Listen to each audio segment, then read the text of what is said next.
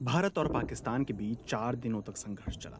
भारतीय सेना ने बताया कि 6-7 मई की दरमियानी रात चलाए गए ऑपरेशन सिंदूर के तहत पाकिस्तान में मौजूद आतंकवादी कैंपों पर हमले किए गए। भारतीय सेना ने कुल 9 ठिकानों पर हमले करने की बात बताई। वहीं पाकिस्तान ने इसे एक्ट ऑफ वॉर बताया और कहा कि उन्हें जवाब देने का पूरा अधिकार है। चर्चा इस बात पर हो रही है कि 4 दिनों तक चले इस संघर्ष में किसका कितना नुकसान हुआ।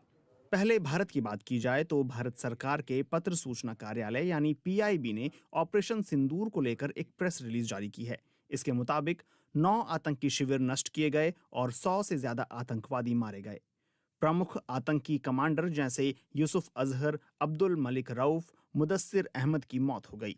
भारत एक ही ऑपरेशन में परमाणु शक्ति वाले देश पाकिस्तान के 11 एयरबेस पर हमला करने वाला पहला देश बना। पाकिस्तान की वायुसेना की 20% संपत्ति नष्ट कर दी गई। भोलारी एयरबेस को भारी नुकसान हुआ और स्क्वाड्रन लीडर उस्मान यूसुफ की मौत हुई। वहीं दूसरी तरफ भारत की सैन्य कार्रवाई के बाद पाकिस्तान के विदेश मंत्री इसहाक डार ने पाकिस्तान की संसद में बयान दिया कि पाकिस्तान की एयरफोर्स ने भारत के 5 फाइटर जेट मार गिराए थे। इनमें 3 रफाल विमान शामिल हैं। पाकिस्तान का दावा था कि उन्होंने हमले की रात 70 से ज्यादा ड्रोन को भी निशाना बनाया था।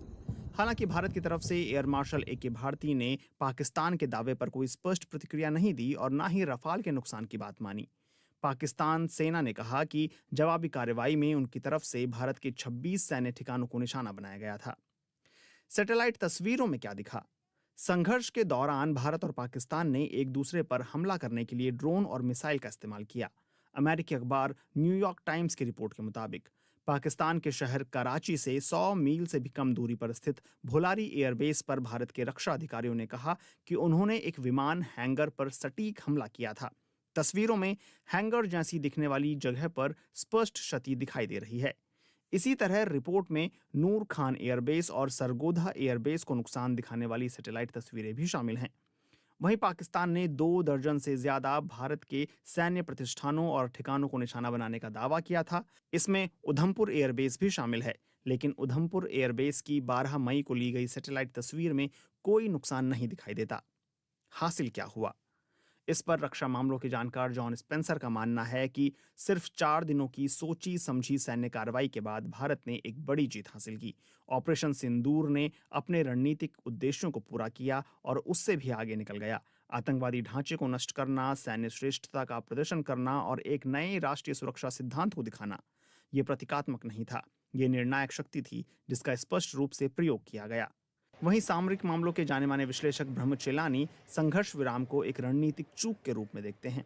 वो कहते हैं कि अगर पाकिस्तान को सैन्य संघर्ष में बढ़त मिल जाती तो वह बिना किसी हिचकिचाहट के अपनी बढ़त का फायदा उठाता और भारत के लिए निर्णायक और संभवतः अपमानजनक परिणाम की मांग करता। इसके उलट भारत ने युद्ध विराम पर सहमति व्यक्त की, ठीक उसी समय जब उसके सशस्त्र बलों ने बढ़त हासिल कर ली थी। हालांकि ये कदम भारत के संयम या कूटनीतिक गणना को दर्शाता है, लेकिन इसे रणनीतिक चूक के रूप में देखे जाने का भी जोखिम है। लंदन स्थित किंग्स कॉलेज में सीनियर लेक्चरर वॉल्टर लैडविक कतर के मीडिया संस्थान अल जजीरा से कहते हैं कि ताज़ा संघर्ष ने पाकिस्तान को कश्मीर मुद्दे का अंतर्राष्ट्रीयकरण करने का मौका दिया है, जो उसका दीर्घकालिक रणनीतिक लक्ष्य रहा है। वहीं कूटनीतिक रूप से भारत ने पाकिस्तान स्थित आतंकवादी समूहों पर अंतर्राष्ट्रीय ध्यान फिर से केंद्रित करने में सफलता